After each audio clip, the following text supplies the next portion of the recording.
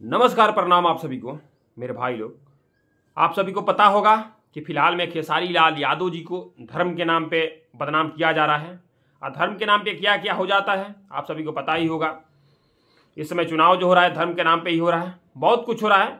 किसी को फंसाना हो तो इस प्रकार से बोल दो कि हमारे धर्म को गाली दिया है, हमारे देवी देवताओं को इस प्रकार से मारा है, मतलब कुछ फेंका है, इस प्रकार से अपने आप को फंस जाएगा। इस प्रकार से हो रहा है, राजनीति इस प्रकार से किया जा रहा है। इसी तरह खेसारी लाल यादव जी को बदनाम करने की कोशिश किया गया। मैं आपसे सच्चाई बताता हूं। मोटेश्वर नाथ मंदिर के गेट पे लात मारने का एक वीडियो वायरल होता है, उसी के बारे में लोग बोलते हैं। कुछ लोग हैं बताते हैं कि खेसारी लाल यादव जी मंदिर के गेट पे लात मार दिए। तो उसकी सच्चाई ये है मेरे भाई कि उस मंदिर के गेट पे खेसारी लाल यादव लात मारे थे, लेकिन जाके वहां पर स्टॉप कर दिया और पीछे से खींचा गया है रस्सी से। दूसरी बात कि वह जो गेट है वो मंदिर से बहुत दूरी पे है, जो कि मंदिर के न्यूज़ से कोई मतलब ही नहीं है। गेट से वहाँ पे मतलब उस गेट के अंदर बहुत कोई जाता है, जूता उता पहन के, सब कुछ पहने हुए जाता है। अगर खेसारी लाल यादव जी वैसे किए तो बहुत से लोग उसके अंदर गए थे, लमसम 1000 लोग। उनका क्या, वो भी तो धर्म बदनाम कर रहे हैं।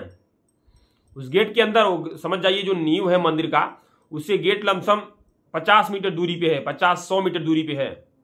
मंदिर पे आप लोग देखे ही होंगे शूटिंग के दौरान खेसारी लाल यादव जी भी मंदिर के अंदर भी सब लोग जूता पहने हैं, खेसारी लाल यादव जी शूज पहने हैं। लेकिन मेन मंदिर पे जहां मैं मतलब मोटेश्वर नाथ का जो मेन मंदिर है वहां पे वह जूता काट दिए हैं, मोजा पहने हैं। आप लोग देखे होंगे शूटिंग में, मतलब उस वीडियो क्लिप को देखे होंगे। इसी प्रकार से अब देख लिए पूरा लाइन बाई लाइन क्या है क्या नहीं है, सच्चाई आप लोग खुद जानते हैं। लेकिन कुछ कुत्ते लोग हैं जो खेसारी लाल यादव जी को इस प्रकार से बदनाम कर रहे हैं कि जैसे धर्म के सबसे बड़े रक्षक वही है, धर्म वही मानते हैं, सबसे बड़े रक्षक वही है, इस प्रकार से बदनाम कर रहे हैं। यही हकीकत है मेरे भाई लोग। तो थोड़ा इस वीडियो को दबा के शेयर मारिए ताकि कुकुरों के पास पहुंचे और बोल दे, समझ जाए थोड़ा कि ज़्यादा ना बोले, क्योंकि असली धर्म का रक्षक तुम ही नहीं हो।